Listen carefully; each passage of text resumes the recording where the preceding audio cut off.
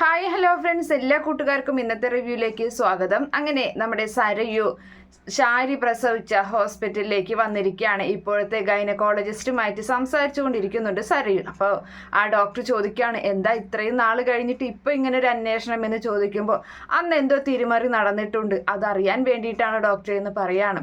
അല്ല, നിങ്ങൾക്ക് ഇതുമായിട്ട് എന്താ ബന്ധം എന്ന് ചോദിക്കുന്നുണ്ട്. അപ്പോൾ പറയാണ്, അതെ, ഇപ്പോൾ ഏകദേശം 25 വയസ്സ് ആയിട്ടുണ്ട് ആ കുട്ടിക്ക്. 25 വർഷം കഴിഞ്ഞ സംഭവമാണ്.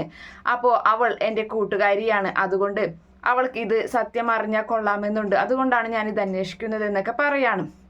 അപ്പോൾ ആ സമയത്ത് അന്നത്തെ സമയത്തുള്ള ആരും തന്നെ ഇവിടെ ഇല്ല.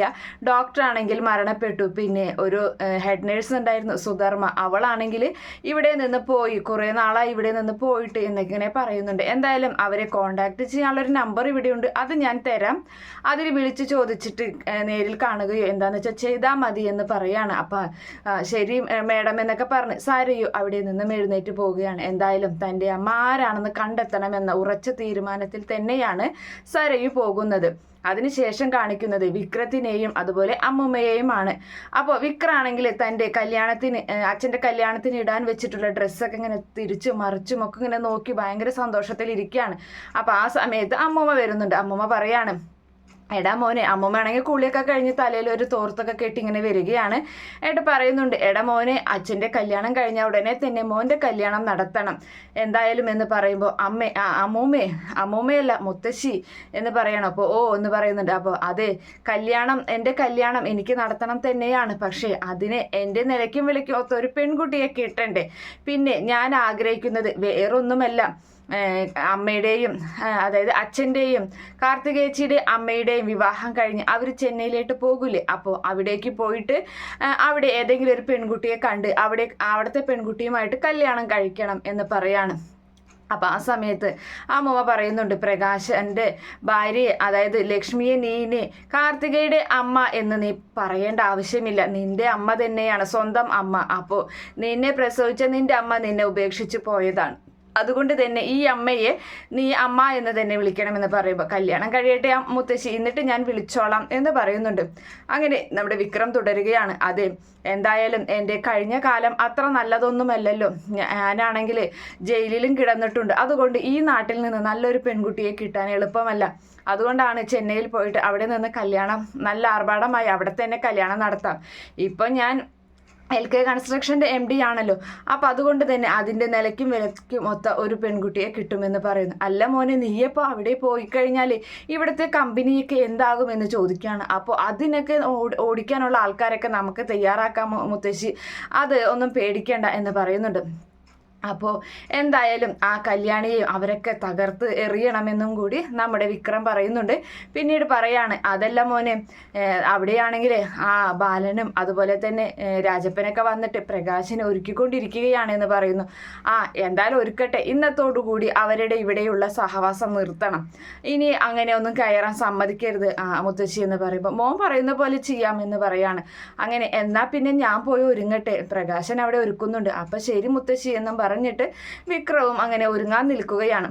അതിനുശേഷം കാണിക്കുന്നത് സരയുവിനെ തന്നെയാണ്. അങ്ങനെ സരയു കാറിൽ അങ്ങനെ പോയിക്കൊണ്ടിരിക്കുകയാണ്. ആ സമയത്താണെങ്കിൽ താരയെ റോഡ് സൈഡിൽ ഇങ്ങനെ നിൽക്കുന്നത് കാണുന്നുണ്ട്. അപ്പോൾ കാർ ഡ്രൈവറോട് പറയുകയാണ്, ഒന്ന് നിർത്തി എന്ന് പറയുന്നു. അങ്ങനെ കാറിൽ നിന്ന് ഇറങ്ങിയതിന് ശേഷം താരയാണെങ്കിൽ കണ്ടിട്ടുണ്ടായിരുന്നില്ല സരയുവിനെ.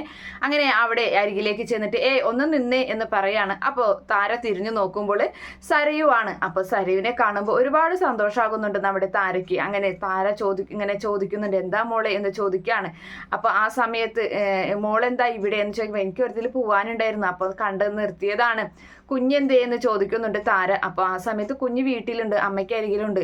അപ്പോൾ ചായ കുടിച്ചാലോ എന്നൊക്കെ ഇങ്ങനെ താര ചോദിക്കുമ്പോൾ, വേണ്ട, ഞാൻ ചായയൊക്കെ കുടിച്ചിട്ടാ വന്ന, ചായ ഒന്നും വേണ്ട, കുഞ്ഞിന് എന്തെങ്കിലും വാങ്ങിത്തരട്ടെ എന്ന് ചോദിക്കുന്നുണ്ട്. അപ്പോൾ വീണ്ടും, അപ്പം വേണ്ട, കുഞ്ഞിനുള്ളതൊക്കെ കുഞ്ഞിൻ്റെ അച്ഛൻ വാങ്ങിക്കൊടുക്കാറുണ്ട്, ഒന്നും വേണ്ട, ഇനിയിപ്പോൾ കുഞ്ഞിനെ കാണണമെന്ന് എപ്പോൾ തോന്നിക്കഴിഞ്ഞാലും അവിടെ വന്ന് കുഞ്ഞിനെ കണ്ടോ, ആരും ഞാൻ തടയാനൊന്നും നിൽക്കില്ല, ഞാൻ ദേഷ്യപ്പെടുകയില്ല, കുഞ്ഞിനെ വന്ന് കണ്ടോട്ടാ എന്നിങ്ങനെ സരയു താരയോട് പറയുന്നത് കേൾക്കുമ്പോൾ താരയ്ക്ക് ഒരുപാട് സന്തോഷമാവുകയാണ്. അപ്പോൾ താര അങ്ങനെ നമ്മുടെ സരയുവിൻ്റെ കവിളിലങ്ങനെ തലോടുകയൊക്കെ ചെയ്യുന്നുണ്ട്. എന്നാൽ ശരി എന്നും പറഞ്ഞ് സരയു അവിടെ നിന്നും കാറിൽ കയറി പോരുകയാണ്. എന്നിട്ട് പറയുന്നുണ്ട്, ഇവരെൻ്റെ അമ്മയാവരുത്, ആ അമ്മ ആവരുതെന്ന് എനിക്ക് ഉറപ്പിക്കണം എന്നൊക്കെ ഇങ്ങനെ ഉറച്ച തീരുമാനവും എടുത്തിട്ട് സരയു അവിടെ നിന്നും പോരുകയാണ്. അതിനുശേഷം കാണിക്കുന്നത് നമ്മുടെ പ്രകാശനെയാണ്. പ്രകാശൻ അണിയിച്ചൊരുക്കുകയാണ്. രാജപ്പനും അതുപോലെ ബാലനും കൂടിയിട്ട് സ്പ്രേ ഒക്കെ ഇങ്ങനെ അടിച്ച് വീശുന്നുണ്ട്. അങ്ങനെ ആ സമയത്ത് രാജപ്പൻ പറയാണ്, കഴിഞ്ഞ പ്രാവശ്യം ഞങ്ങൾ രണ്ടുപേരും തന്നെയാണ് നിന്നെ ഇങ്ങനെ ഒരുക്കി പറഞ്ഞയച്ചത് എന്ന് പറയുമ്പോഴും രാജപ്പണ്ണ അങ്ങനെ പറയല്ലേ, കാരണം അന്ന് ഒരുക്കിയത് കേരള സ്റ്റൈൽ, ഇന്ന് ഒരുക്കിയത് നോക്കിയ നോർത്ത് ഇന്ത്യൻ സ്റ്റൈലിലാണ്. നോക്കിയ ഈ കിടക്കുന്ന കുപ്പായമില്ല, ഇതിനെന്താ പറയാന്നറിയും, ഇതാണ് ഷർവാണി, നമ്മളൊക്കെ ഇതിട്ടിട്ട് നമുക്കും കൂടി ഇതൊക്കെ ഒന്ന് വേണ്ടേ എന്നൊക്കെ ഇങ്ങനെ പറയാണ്. ഞാൻ അങ്ങോട്ട് സുന്ദരനാവട്ടെ എന്നൊക്കെ ഇങ്ങനെ പ്രകാശം സ്വയം പൊക്കിക്കൊണ്ടിരിക്കുകയാണ്. അപ്പോൾ ബാലൻ പറയുന്നുണ്ട്, അതെ അതെ, ഇപ്രാവശ്യം സാറും സാറമ്മയും കൂടി ഒന്നിക്കും, അത് ഉറപ്പാണെന്ന് പറയാണ്. അപ്പോൾ ആ സമയത്ത് നമ്മുടെ രാജപ്പൻ ചോദിക്കുന്നുണ്ട്, നീ എന്താടാ കുറേ നേരമായിട്ട് പ്രകാശനെ സാറ് സാറ് എന്നൊക്കെ വിളിക്കുന്നുണ്ടല്ലോ എന്ന് ചോദിക്കുമ്പോൾ, അതിനെന്താ അങ്ങനെ വിളിച്ചാൽ, പിന്നെ അങ്ങനെ വിളിക്കാൻ പറഞ്ഞിട്ടുള്ളത് കൊണ്ട് തന്നെയാണ്. ഞാനിപ്പോൾ വേറെ ഏതെങ്കിലും കമ്പനിയിൽ നിന്ന് കഴിഞ്ഞാലും അവിടുത്തെ എൻ്റെ മേലുദ്യോഗസ്ഥനെ ഞാൻ സാറെന്ന് വിളിക്കണ്ടേ, അപ്പോൾ ഇവിടെ വിളിച്ചാലും ഒരു കുഴപ്പമൊന്നുമില്ല അങ്ങനെ പറയുന്നുണ്ട്. അപ്പോൾ ആ സമയത്ത് ഓ അത് ശരിയാണ് എന്നിങ്ങനെ പറഞ്ഞങ്ങനെ നിൽക്കുകയാണ്. അപ്പോൾ രാജപ്പൻ പറയുന്നുണ്ട്, അതെ എന്തായാലും നീ നല്ല സുന്ദരനായിട്ട് ഇന്നത്തോടു കൂടി നിന്റെ രാജയോഗമല്ലേ എന്നൊക്കെ ഇങ്ങനെ പറയാണ്.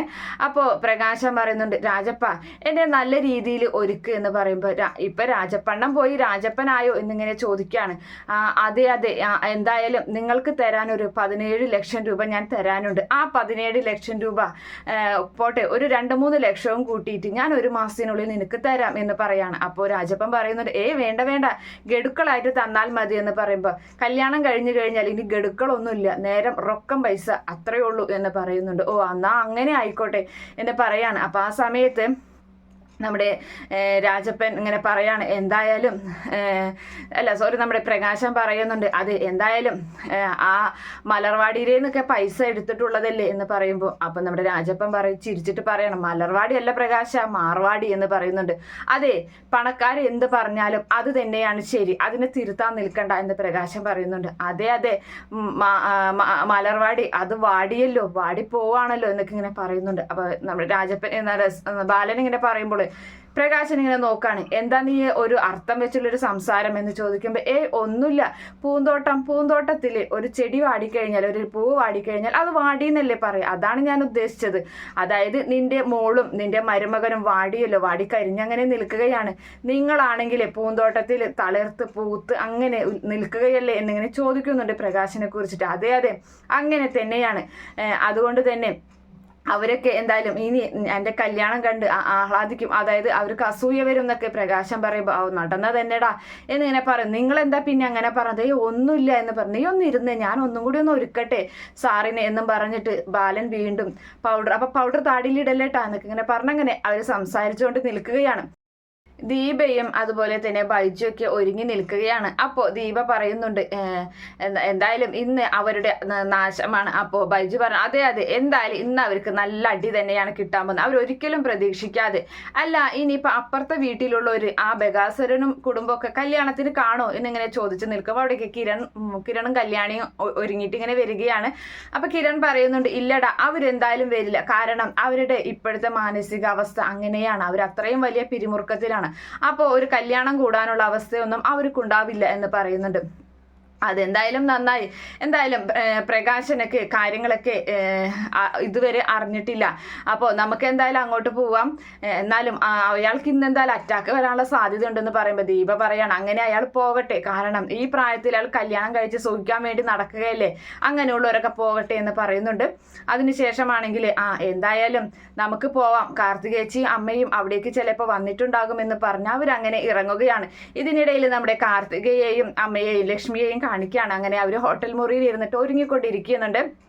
അപ്പോൾ ലക്ഷ്മി പറയാണ്, എന്തിനാ മോളെ എന്നെ ഇങ്ങനെ ഒരുക്കുന്നത്, അവിടെ എന്തായാലും ബ്യൂട്ടീഷ്യനൊക്കെ ഉള്ളതല്ല, അവരൊരുക്കിക്കോളില്ലേ എന്ന് പറയുമ്പോൾ, അതായിക്കോട്ടെ, എന്നാലും ഞാനിത്തിരി ഒരുക്കിയിട്ട് പോവാമെന്നും പറഞ്ഞിട്ട് അങ്ങനെ നിൽക്കുകയാണ്. എന്താണ് മോളെ അവിടെ ചെന്നിട്ടുള്ള പരിപാടി എന്ന് ചോദിക്കുമ്പോൾ, അതൊന്നും അറിയില്ല കറക്റ്റായിട്ട്, എന്തായാലും കിരണൊക്കെ തീരുമാനിച്ചിട്ടുണ്ട്, അതുപോലെ തന്നെ കാര്യങ്ങൾ നടക്കും, ഇന്ന് എന്തായാലും അയാൾ ഈ ഒരു ദിവസം അയാൾ മറക്കില്ല എന്ന് പറയുന്നുണ്ട്, അയാളും അയാളുടെ അമ്മയും മകനും.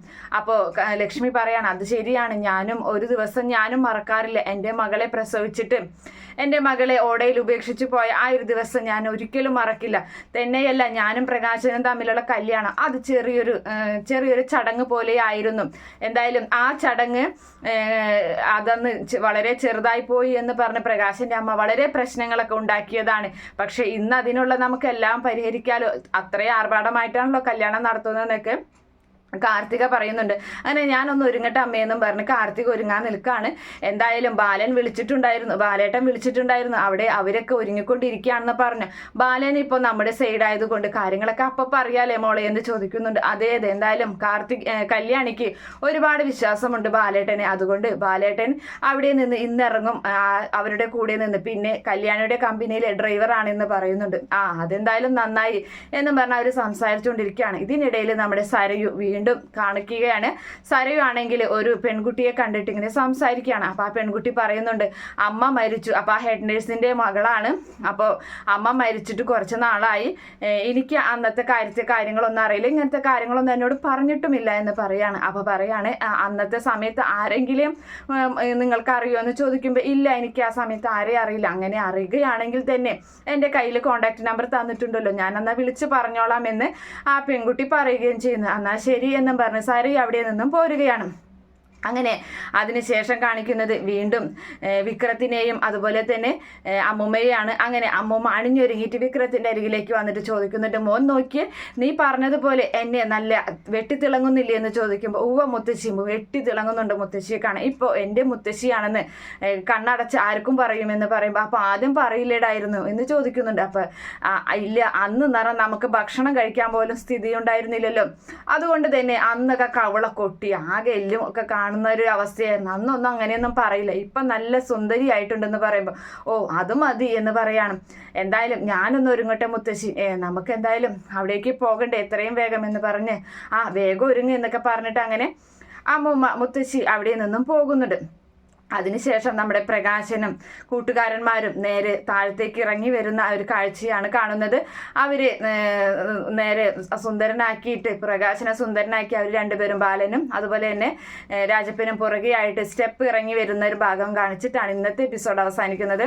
Okay friends, bye, thank U.